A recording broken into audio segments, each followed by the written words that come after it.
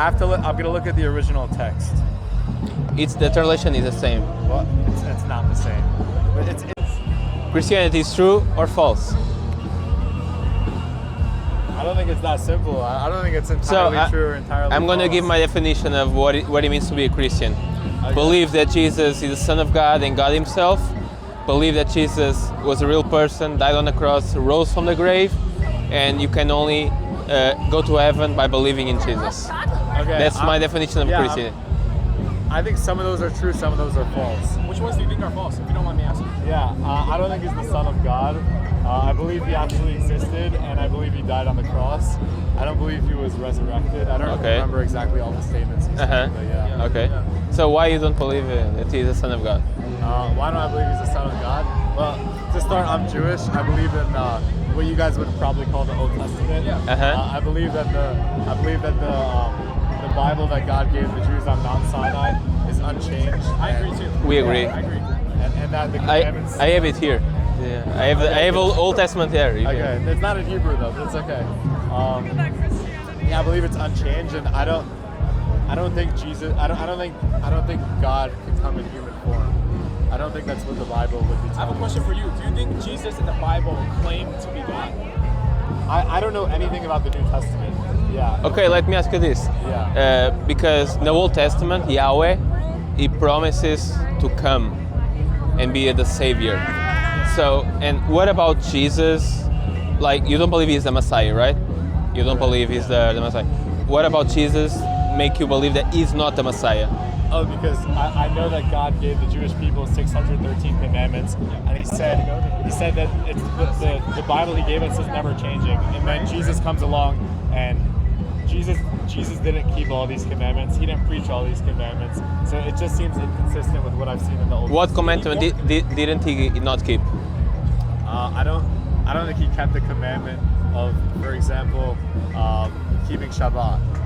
But let's or keeping kosher. Let's think of the perspective that Jesus is really who He is. He said, "I'm the Lord of the Sabbath." If He is God, He's Yahweh. Why He's not allowed to do something on the Sabbath? Because even says that David, there is a story of David on the Sabbath, they eating like the bread of the I don't know if of the synagogue.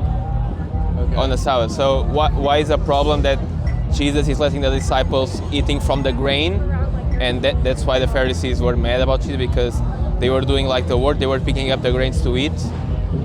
But Jesus says, "I am the Lord of the Sabbath." If that is true, what is the problem with that? First of all, I don't know the exact reference you're making with David eating the bread, but in general, I think the commandments that God gave the Jewish people are pretty static. He gave them to us for eternity, and I don't think that the God, if He says I'm not going to go back on this, I don't think God or Jesus in the form of God or Jesus as the Son of God would be able to go back on this if He really is the Son of God. So I want to show you some verse from the Old Testament. Are you okay with that? I have 3 minutes, sure. 3 minutes, okay. I'll do it faster. Yeah. So let's go first with Proverbs 30. Proverbs was written by King Solomon. So, okay, is this one? Okay, so here, 4. This is the man declares, "I am weary, O God." Who has ascended to heaven and come down? Who has gathered the wind in his feet? It's talking about Yahweh, okay? Who has wrapped up the waters in the garment? It's talking about like who is the one that created everything, basically. Who is like control over the earth? Who has established all the ends of the earth? It's talking about that. Then says, what is His name and what is His son's name?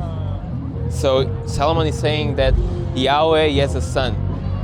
Okay, now I want to show you in Isaiah, probably you know this, Isaiah 53. Have you ever read Isaiah 53? I have. What do you think about this? Behold my servant. He's talking about the servant. He will be shall be lifted high. He appearance was married. Let's go here. He had no form of majesty. He was despised and rejected by men, a man of sorrows. Yeah. I'm gonna look at the original text. It's the translation is the same. Well, it's not the same. But it's impossible to translate a language and maintain all meaning. But no. You have different words. I'm Portuguese, Okay. so I speak two languages, English and Portuguese. Yeah. I can use different words in Portuguese that it exists in English, but the meaning doesn't change at all. It does. No, it doesn't. It does. Have you heard of like gematria, for example? No. Like the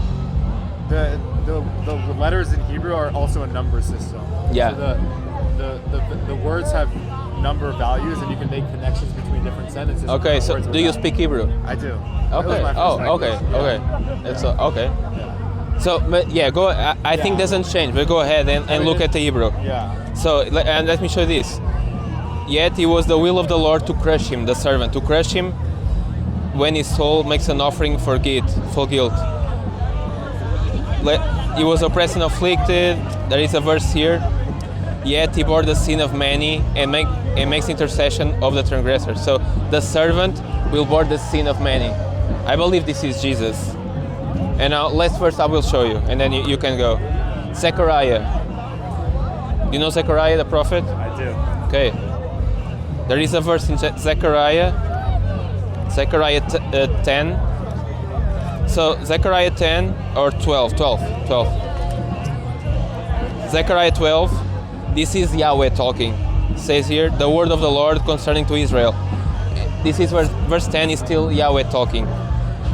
I'm gonna be honest, I don't like this translation of this Bible, but if you go to the Hebrew, you will see. I will pour out the house of David and the inhabitants of Jerusalem a spirit of grace and pleas for mercy, so that when they look on me, actually this is right, okay, this one is right.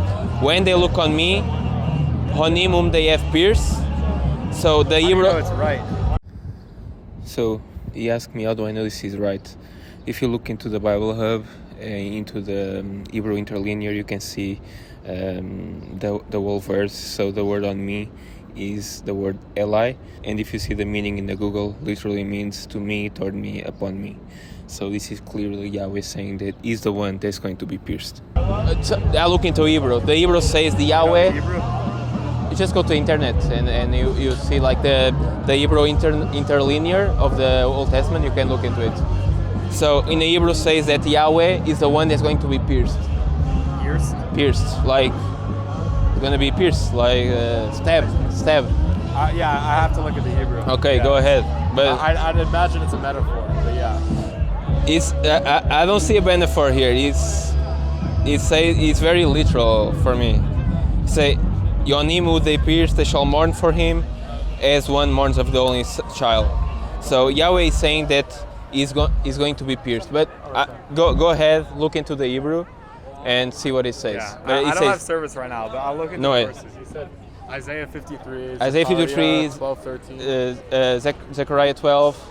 You can look at Psalm 22 also, where David is saying, my God, why are you forsaking me? Jesus said the same thing on the cross, pointing to what David says 700 years before Christ.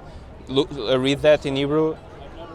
Doesn't change the meaning, okay? Thank you. Have a good one. Good one. God bless you.